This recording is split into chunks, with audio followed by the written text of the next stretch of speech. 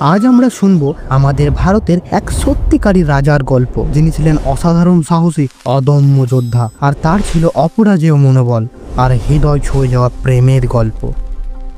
আজ আমরা তেমনই এক রাজার গল্প শুনবো, যাকে শুধু রাজা বলা অনেক কম। তিনি ছিলেন বীর, বিচারক, বন্ধু, প্রেমিক এবং ভারত ভূমির অভিভাবক। তার নাম পৃথ্বীরাজ চৌহান। আর আমাদের এই গল্প শুরু হচ্ছে তার জন্ম থেকে।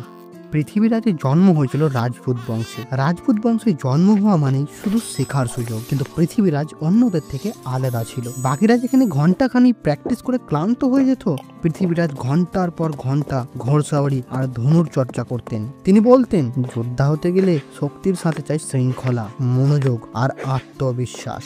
একদিন হঠাৎ রাজগুরু তাকে প্রশ্ন করলেন, পৃথ্বীরাজ, তুমি কি চোখ বন্ধ করে লক্ষ্যে তীর ছুঁড়তে পারবে? তরুণ পৃথ্বীরাজ হাসলেন, চোখ বন্ধ করলেন, শুধু শব্দ শুনে তীর ছুড়লেন, আর তীর লক্ষ্য বস্তুর একদম মাঝখানে লাগলো। এটা দেখে রাজগুরু থেকে শুরু করে সবাই অবাক, আর বললেন, এই ছেলে একদিন ইতিহাস লিখবে।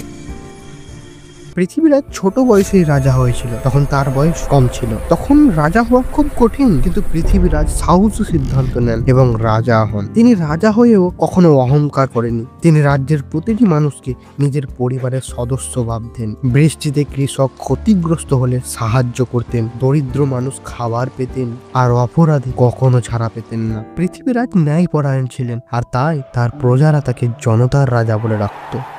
এবার আমরা জেনে নিই পৃথ্বীরাজের কিছু যুদ্ধের কৌশল। পৃথ্বীরাজ শুধু রাজা নন, তিনি ছিলেন এক কিংবদন্তি যোদ্ধা। তার চলাফেরা ছিল বাজ পাখির মতো দ্রুত, তার ভাবনা ছিল নদীর মতো পরিষ্কার, আর তার সিদ্ধান্ত ছিল পাহাড়ের মতো দৃঢ়। তিনি তলোয়ার চালাতেন বিদ্যুতের গতিতে, ধনুকের তীর এত শক্তি নিয়ে ছুঁড়তেন যেন মনে হতো ঝড়ের শব্দ। ঘোড়া চালাতেন যেভাবে বাচ্চারা সাইকেল চালায়, নিঃশব্দে, আত্মবিশ্বাসের নিখুঁত নিয়ন্ত্রণে। এবার আমরা যাব এই গল্পের রঙিন অংশে, সংযুক্তা ও পৃথ্বীরাজের প্রেমের কাহিনীতে। সংযুক্তা ছিলেন জ্ঞানী, অহংকারহীন এবং দয়ালু। তিনি কবিতা ভালোবাসতেন, আর পৃথ্বীরাজ ভালোবাসতেন তার হাসি। দুজন দুজনকে দূর থেকে চিঠি লিখতেন, গোপনে বার্তা দিতেন, এবং প্রতিটি চিঠিতে থাকত বিশ্বাস, সম্মান আর ভালোবাসার কথা। এটা শুধু রাজা রানীর প্রেম নয়, এটা দুই মানুষের সত্যিকারের হৃদয়ের ভাষা। তাদের প্রেম বাধা বিপত্তি পেরিয়ে শক্ত হয়ে ওঠে। যতই সমস্যা আসতো, কিন্তু তারা একে অপরের প্রতি বিশ্বাস ধরে রাখত। কিন্তু হঠাৎ এই গল্পের মোড় ঘুরে যায়, আর এরপর শুরু হয় ইতিহাসের সেই বড় এবং ভয়ানক অধ্যায়। আর এখানে আসে মোহাম্মদ ঘোরি। মোহাম্মদ ঘোরি, তিনি ছিলেন এক উচ্চাকাঙ্ক্ষী শাসক। তার উদ্দেশ্য ছিল স্পষ্ট, ভারত জয়। কিন্তু পৃথ্বীরাজ চৌহান তাকে ভয়ের চোখে কোনোদিনই দেখেনি। তিনি সাহসের সাথে যুদ্ধক্ষেত্রে দাঁড়ালেন। প্রথম যুদ্ধ পৃথ্বীরাজ চৌহান দারুণভাবে অনায়াসেই জিতে যায়। ঘোরি পরাজিত হয় এবং যুদ্ধক্ষেত্র থেকে ভয় পেয়ে পালিয়ে যায়।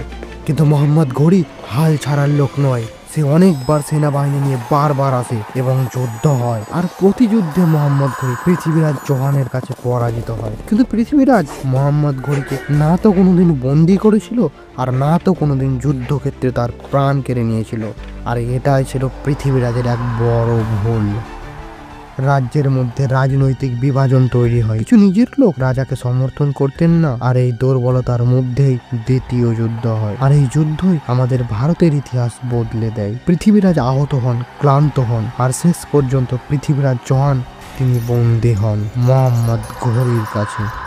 আর এটাই হচ্ছে সেই অংশ যা শুনলে শরীর কাঁটা দেয়। মোহাম্মদ ঘোরি পৃথ্বীরাজের চোখের মধ্যে গরম শিক ঢুকিয়ে তার চোখ অন্ধ করে দেয়। আর মোহাম্মদ ঘোরি জানতো যে পৃথ্বীরাজ না দেখে সঠিক লক্ষ্যে তীর ছুটতে পারে। আর তাই পৃথ্বীরাজের চোখ অন্ধ করে দেওয়ার পর পৃথ্বীরাজের হাতে তীর ধনুক দেওয়া হয় তার অসাধারণ কৌশল দেখার জন্য। আর এটাই ছিল মোহাম্মদ ঘোরিরও একটা বড় ভুল।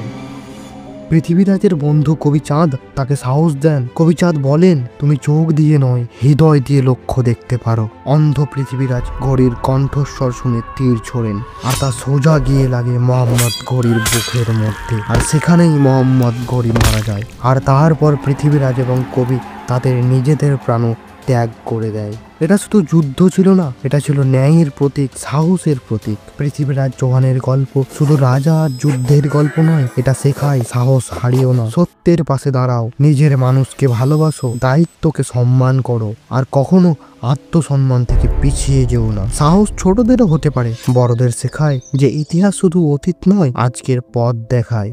গল্প শেষ, কিন্তু সাহসের বার্তা চিরকাল রয়ে যায়। যদি গল্পটি ভালো লেগে থাকে সাবস্ক্রাইব করতে ভুলবেন না, আর কমেন্ট করে বলো পরের বার কাদের গল্প শুনতে চাও।